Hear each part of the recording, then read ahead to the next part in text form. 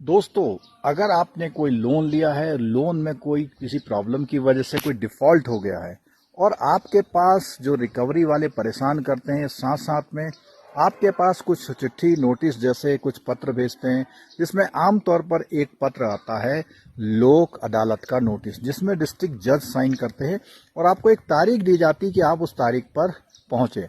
आमतौर पर जैसे ही जज के नाम की चिट्ठी देखते हैं तो आप लोग घबरा जाते हैं। इस वीडियो में मैं आपको बताऊंगा कि ऐसी स्थिति में आपको क्या करना चाहिए। आप या आपके रिश्तेदार या आपके दोस्त के साथ अगर ऐसी कोई प्रॉब्लम है तो उनको ये वीडियो शेयर कर सकते हैं। साथ साथ में आप मुझसे इस पर राय भी ले सकते हैं, क्योंकि मैं बैंकिंग अनुभव रखता हूं, साथ साथ में कानून की थोड़ी जानकारी है, तो उसकी वजह से मैं आपको सही सलाह दे सकता हूं। तो दोस्तों, सबसे पहले बात करते हैं, जब नोटिस आए तो क्या करें। आमतौर पर ये लोक अदालत का नोटिस इसलिए आता है कि कंपनी चाहती है, बैंक या फाइनेंस कंपनी तो चाहती है कि इसका सेटलमेंट हो जाए। और अगर आप सेटलमेंट करना चाहते हैं तो बहुत अच्छी बात है। मान लिया आपका 5 लाख का लोन चल रहा है, डिफॉल्ट होते होते वो 6 लाख का हो गया है, तो आमतौर पर 3.5-4 लाख में सेटलमेंट हो जाता है अगर आपने 1-2 साल किस्तें दे रखी हैं तो।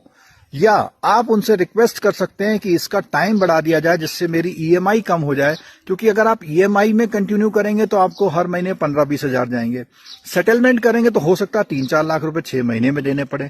तो आपकी स्थिति कैसी है? पैसा है तो सेटलमेंट कराइए, नहीं है तो आप उनसे लंबा पीरियड करा के ईएमआई में कन्वर्ट करा दीजिए, कुछ ब्याज पे या पेनल्टी पे छूट करवा लीजिए। दूसरी बात, अगर आप यहां नहीं जाते तो वैसे तो कुछ नहीं होता, लेकिन कंपनी फिर और तरीके यानी कि फिर लीगल प्रॉपर नोटिस भेजती है, फिर आपको वहां आना पड़ता है, फिर वो सम्मन है, फिर नहीं जाने का, फिर वो इस तरह से प्रोसेस चला। हालांकि ये प्रोसेस बहुत लंबे हुआ करते हैं।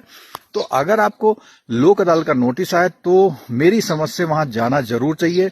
ये जरूरी नहीं है कि आप उसमें सहमत हो या ना हो, हाँ, लेकिन अगर आप सहमत हो जाएं तो आपको वो करना पड़ेगा, क्योंकि इसके अगेंस्ट में कोई भी अपील नहीं की जा सकती है। और अगर आपको वहां जाना तो किसी वकील की जरूरत नहीं है, आप जाएं, जज साहब सामने होते हैं, बात करें, अपनी बात रखें, वहां सुना जाता है और एमिकेबली किसी सेटलमेंट में पहुंचने की कोशिश की जाती है। तो इसीलिए, और आपको कहीं पे भी कोर्ट में सिंपल स्लीपर से रिजर्वेशन कराएं, दूर भी होगा तो 1-2 हजार में किराया लग के आप इस चीज को अपने उसको सही कर सकते हैं, बिना किसी विशेष रूप से किसी एडवोकेट को हायर करना नहीं पड़ता। दोस्तों, पेज को फॉलो कीजिए। ऐसी ही और जानकारी के लिए इस वीडियो को अपने दोस्तों के साथ फॉरवर्ड करिए। आप लोग इतना प्यार देते हैं उसके लिए बहुत बहुत धन्यवाद। Thank you so much.